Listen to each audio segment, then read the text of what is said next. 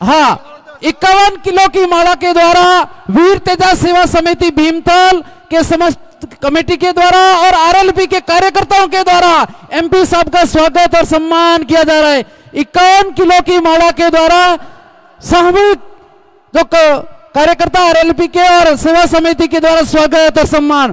जोरदार तालियां एक बार बोलो तेजाजी महाराज की, तेजाजी महाराज की।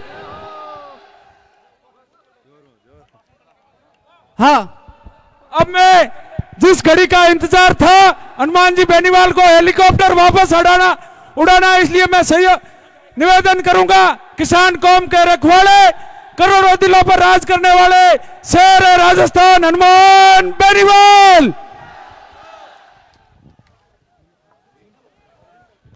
भीमथल दोरीमना तेजाना धाम, जोरदार जयकारे लगाएं। बोले तेजाजी महाराज की। आज रामदेव जी की जयंती भी है, बोले रामसा पीर की। देखिए बाड़मेर के दौरे पे आके ऐसा लगा जैसे कोई नॉर्थ ईस्ट के अंदर आ गए और या कोई बाहर आ गए।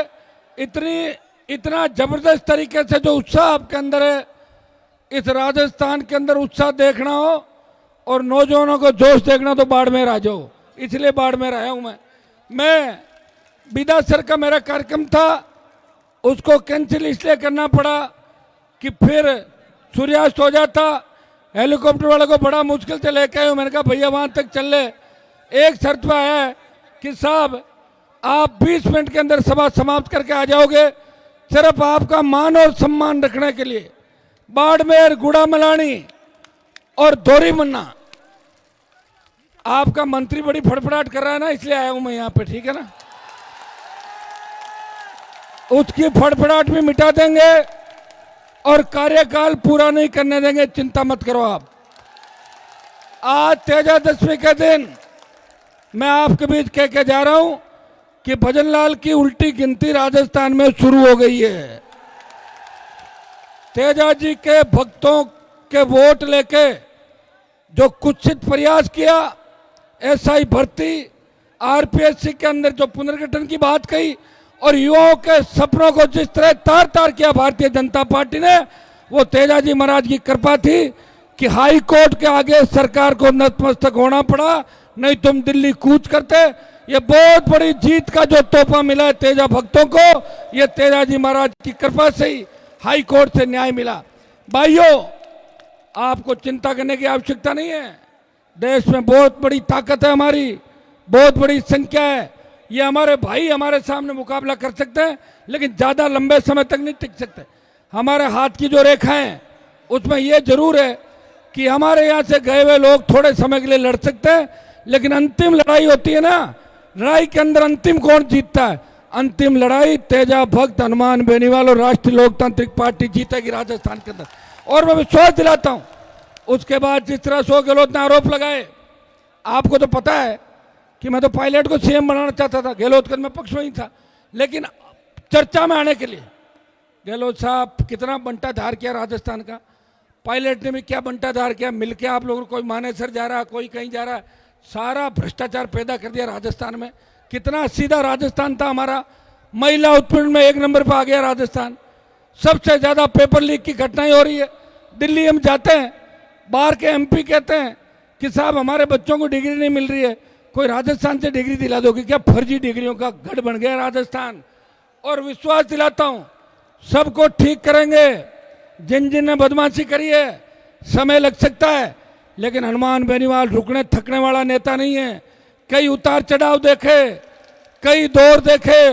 मुझे तो ताजाराम जी प्रधान जी वो जमाना याद आ गया जब धर्मेंद्र मुझे हराने के लिए टंकी पे चढ़ गया था 2003 के अंदर, क्या मैं तो नीचे आ रहा हूं, नहीं तो हनुमान को हराओ। लोगों का ठीक है धर्मेंद्र पढ़ नहीं जाए, जाटो मुझसे उसका नाम था, 2-2,500 वोट से मैं हार गया। तो भाई मैं तो धर्मेंद्र, हेमा मालिनी से लेके तमाम देश के बड़े नेताओं से लड़ लिया और आपका डंका देश में बजा दिया। जब मोदी 3 कृषि बिल लाया था, तब उत्तर प्रदेश, हरियाणा, दिल्ली, वहां के हमारे नेताओं की जंग लग चुकी थी। तेजाजी के भक्त हनुमान बेनीवाल ने उनके कहने से मोदी की सत्ता को ठोकर मारी और सड़कों पे आपके साथ रहा। और किसानों को न्याय दिलाया। जब सेना के सम्मान के अंदर अगर हुंकार ललकार भरी तो जोधपुर में 2 लाख जवानों की रैली करी, जिसमें बाड़मेर जिले से लाखों हजारों की तादाद के अंदर आप लोग आए थे। मुझे याद है कि सेना का सम्मान भी हम दिलाएंगे। जब पहलवान बेटियां तकलीफ के अंदर थी, उनको न्याय दिलाने अगर इस देश का पहला कोई किसान का बेटा उन बहनों को न्याय दिलाने गया, वो नागौर का सांसद था जिसने हरियाणा की पहलवान बेटे को न्याय दिलाया। भाइयों, हमें खुशी होती है जब मैं बाड़मेर के अंदर आता हूं। मैं एक बात ये भी कहता हूं कि बाड़मेर से हो सकता है मेरा कोई पूर्व जन्म का रिश्ता है। हाँ, ये जरूर है कि मैं जिनको भी तैयार करता हूं वो सरक जाते हैं मुझे छोड़ के, लेकिन मैं और तैयार करूंगा। और मैं दूसरी पार्टियों में जो नेता बैठे हैं हमारे मजबूत, उनको आमंत्रित करता हूं। कांग्रेस बीजेपी के अंदर कब तक बैठे रहेंगे? ये तो आपका खुद का दल है, परिवार है, सब लोग आमंत्रित हो, आओ इसके अंदर और हमारे साथ कंधे से कंधा मिला के लड़ो। 70 साल में हमारा होम मिनिस्टर नहीं बना राजस्थान के अंदर, सीएम छोड़ो, तुम्हारा गृह मंत्री नहीं बना राजस्थान के अंदर, तो सोचने वाली बात है भाइयों। और ये पहला कैबिनेट है मोदी का जिसमें एक भी जाट कैबिनेट का मंत्री नहीं है। धनखड़ को हटा दिया, धनखड़ खुद ही चुप है, मैं क्या कर सकता हूं? मैं तो कहा बोलो धनखड़ साहब, घेर लेंगे दिल्ली।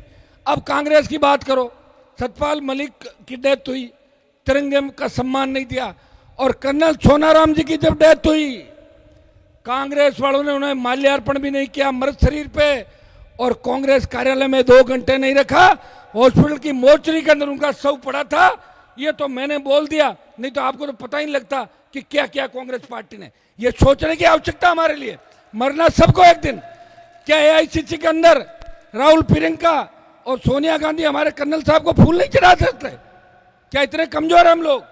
भाइयों, हमारी राजनीतिक विचारधारा अलग हो सकती है, लड़ाई हो सकती है, लेकिन कौम की बात जहां भी आएगी, किसान कौम की बात आएगी, हमारे समाज की बात आएगी, सबसे पहले गोली खाने के लिए इस देश में हनुमान बेनीवाल आगे खड़ा मिलेगा, पिछवाड़े पीछे नहीं मिलेगा। बाड़मेर से आप मुझे ताकत देना। शेखावाटी उठ खड़ा हुआ, जिस तरह शेखावाटी के अंदर कार्यक्रम चल रहे रातों को, जयपुर के अंदर, अब मैं विदासर जाऊंगा वापस सड़क मार्ग से, लोग उठ खड़े हो गए। लोग कह रहे हैं हमें आरएलपी चाहिए, सिर्फ बंद करो बाकी दुकानें। जब यह हो गया तो आप मुझे ताकत देना। गुड़ा मलानी की सीट बीजेपी को हरा के कांग्रेस को दे देते हो, और कांग्रेस को हरा के बीजेपी को दे देते हो, उससे मुझे क्या फायदा? मैं कोई ऐसी थोड़ी पागल थोड़ी जो घूम रहा हूं देश के अंदर। कांग्रेस भाजपा को घर बिठाओ और राष्ट्रीय लोकतांत्रिक पार्टी को ताकत दो। ये ताकत इन जवानों की ताकत है। और देखिए, वीर तेजाजी महाराज, जो 2008 के बाद इस देश के अंदर कितनी पूजा होने लगी तेजाजी की। आप लोग नारे लगाते थे, मुझे याद है कि बाड़मेर के दौरों से नारे आते थे, नागौर जोधपुर से कुछ नारे लगते, लेकिन इस देश के अंदर तेजाजी का परचम विधानसभा लोकसभा के अंदर हमारे जयकारे, मंत्रिमंडल में जयकारे, उसके बाद ही तेजाजी महाराज के 10,000 से ज्यादा मंदिर देश के अंदर बनने लगे। भाइयों, लेट हो रहा हूं, दोबारा आपके बीच उपस्थिति दूंगा। प्रधान जी को भी धन्यवाद दूंगा कि कांग्रेस पार्टी के नेता होते हुए आज हमारे कार्यक्रम के अंदर आए, और हमारी पूरी टीम, आरएलपी की टीम, छोटे भाई सारे मेरे, सबका धन्यवाद। वापिस आपके बीच आऊंगा। बाड़मेर के अंदर 2-3 दिन का कार्यक्रम रखूंगा, क्योंकि राष्ट्रीय लोकतांत्रिक पार्टी बनाने में अगर सबसे ज्यादा योगदान इस प्रदेश के अंदर किसी का है, वो बाड़मेर के किसान के बेटों का, जवानों का, किसानों का। भाइयों, आप चिंता नहीं करें। मुझे तो लग रहा है कि बड़े नेताओं ने कांग्रेस बीजेपी में हार मान ली, इसलिए हमारी पार्टी में ट्रेनिंग लिए हुए लोगों को ही नेता मान लिया। माना कि नहीं माना? यहाँ भी एमपी कौन है? आरएलपी से ट्रेनिंग लिया हुआ। कांग्रेस वालों ने झंडा पकड़ के आरएलपी जिंदाबाद, आरएलपी जिंदाबाद करा रहा। बेचारे क्या स्थिति होगी उन लोगों की, बताओ। कह रहे हमने हनुमान जी की पार्टी तोड़ दी। पार्टी नहीं तोड़ दी, हनुमान जी के यहाँ काम करने वाले कार्यकर्ता को नेता मान लिया। अभी हनुमान जी का तो नंबर ही नहीं है, अभी तो कार्यकर्ताओं से उड़ जाओ आप लोग। अभी तो हनुमान जी तो बहुत दूर है।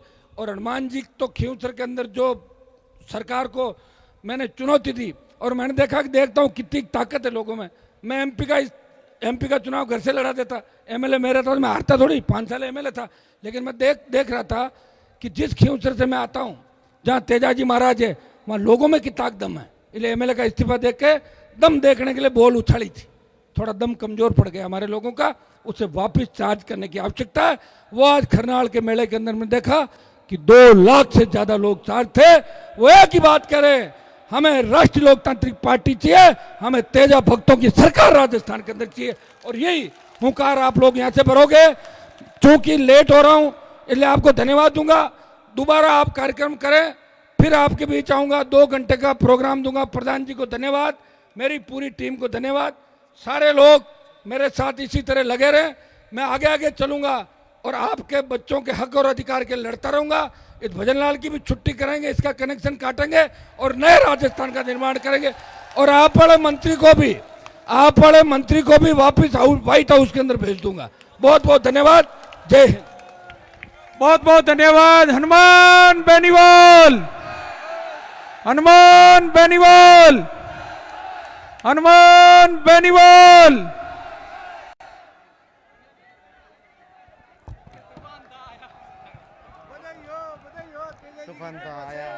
एक जो तूफान आया था, आप उनको रास्ता दें, हेलीकॉप्टर उड़ाना है, इसलिए आप नेताजी को जाने दें प्लीज, रास्ता अवरुद्ध नहीं करें। हनुमान बेनीवाल को जाने दें क्योंकि हेलीकॉप्टर वापस उड़ाना है और अभी तक अपना कार्यक्रम चलेगा। यहाँ की जो कमेटी के मेंबर हैं, यहाँ जो सेवा दे रहे हैं लोग हैं, उनका अभी काफी लोगों का मान सम्मान, हमारे वॉलेंटियर साथियों का, कार्यकर्ताओं का, सबका बाकी है। उन सबका मान सम्मान करेंगे, बहुमान करेंगे। इसलिए आप यहाँ जो नजदीकी क्षेत्र के तेजा भक्त हैं वह रुकें, फिर से इस कार्यक्रम को विधिवत शुरू करेंगे।